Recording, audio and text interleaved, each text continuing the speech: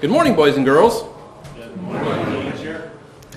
Today we're going to start our achievement tests. Did you get a good night's sleep? Did you get a good breakfast? One first grade girl went home and told her mom, "Mom, you have to fix me eggs." And Mom raised her eyebrows because this girl hated eggs. But Mom fixed her an egg, and she dutifully choked it down, and she came to school ready for achievement tests. Are the children learning what they need to know in order to function well in the home, in the business, in the local community, and of course in the church?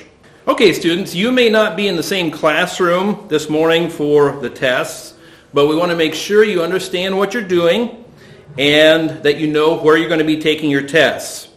First grade, you're going to be up in room 1, and Sister Kayla is going to be giving you your tests. You know where room 1 is? Yes, that's our classroom. That's our teacher. Second grade and third grade, you're going to be in room 2 with Sister Bear. You know where that is because that's where you normally are. Fourth and fifth grade, you're going to be in a different spot. You're going to be in the kitchen, and Sister Laurel is going to be giving you your tests. And then 6th, 7th, and 8th, you're going to be in room 3, and I'm going to be supervising your tests. And high schoolers, you will be right across the curtain in room 4, and we'll have the curtain open, and I'll be giving instructions to both sets of you. I would quietly tell Susanna that she will be in the library with Sister Crystal. She's learning disabled. She's going to be taking the test all by herself. We won't be giving her the time deadlines that we would give to the other students, and just see what she can do. Now, students, before you start taking the tests, make sure that you have 2 sharp pencils. Your teachers will give you time to sharpen your pencils, or that you have a good Eversharp with nice dark lead to fill in the bubbles. You also should have a good eraser, and you need some scrap paper so that you can work out the math problems and then fill out the answers on your sheets. And sorry, you're not going to be able to use calculators on these tests. Most of the problems on the test are multiple choice, where you fill in the bubble beside the best answer. And here's an example. I heard the blank moo. And you need to pick out the right answer or the best answer and fill in the bubble. So, I heard the dog moo. No. I heard the cat moo. No. By this time, they're just squirming in their seats.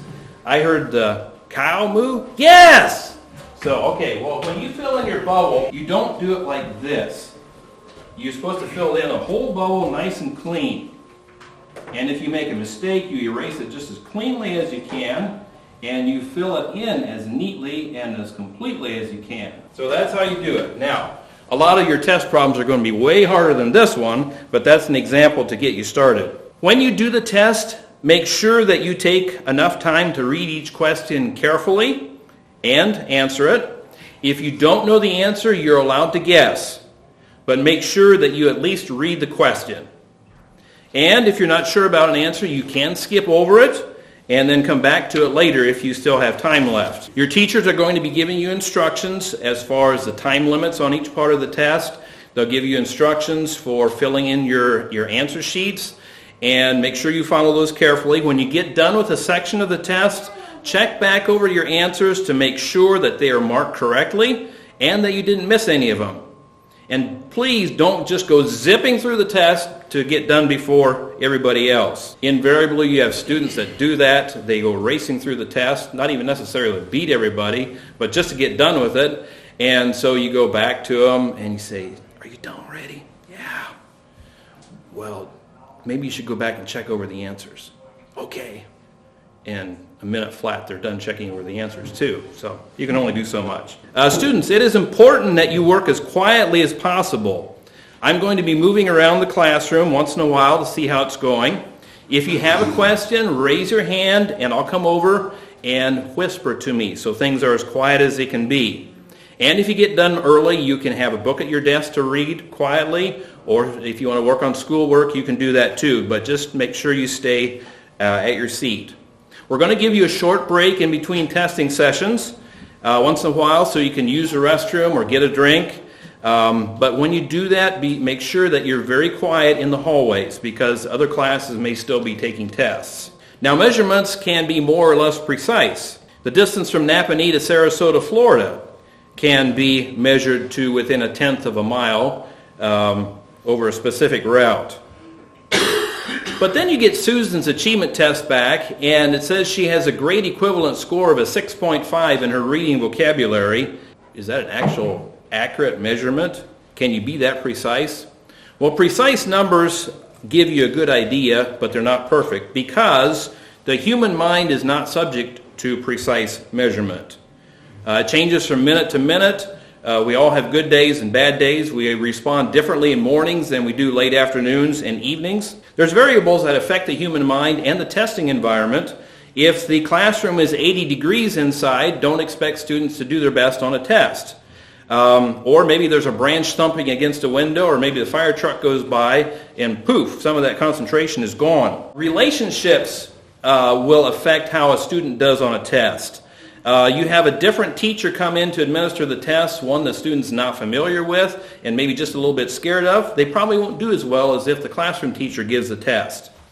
Or maybe I am trying to compete with Mary Ann across the aisle, and so I work a little extra hard compared to the student that says, well, I'm going to be at the bottom of my class anyhow, so I may as well not try. Health affects how people do on a test.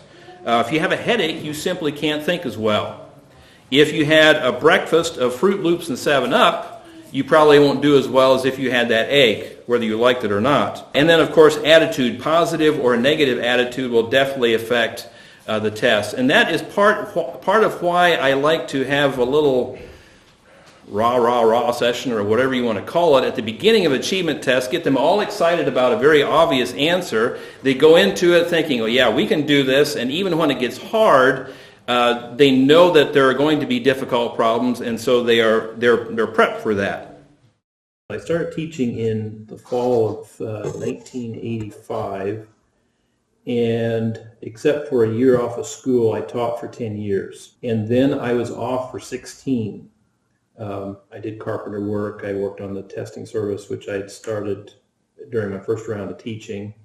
And then I came back on board in the fall of 2012. I started the testing service in 1994, and I primarily tell people it's because I was a lazy teacher. We would use the scoring sheets from CLE, we would count up the raw scores, and then we'd look up the grades in the back, like the percentile and grade equivalents, and we'd write them on this record, and we'd draw the little line graph for each year, and I finally kind of got fed up with that. And so things gradually just matured over the years and changed.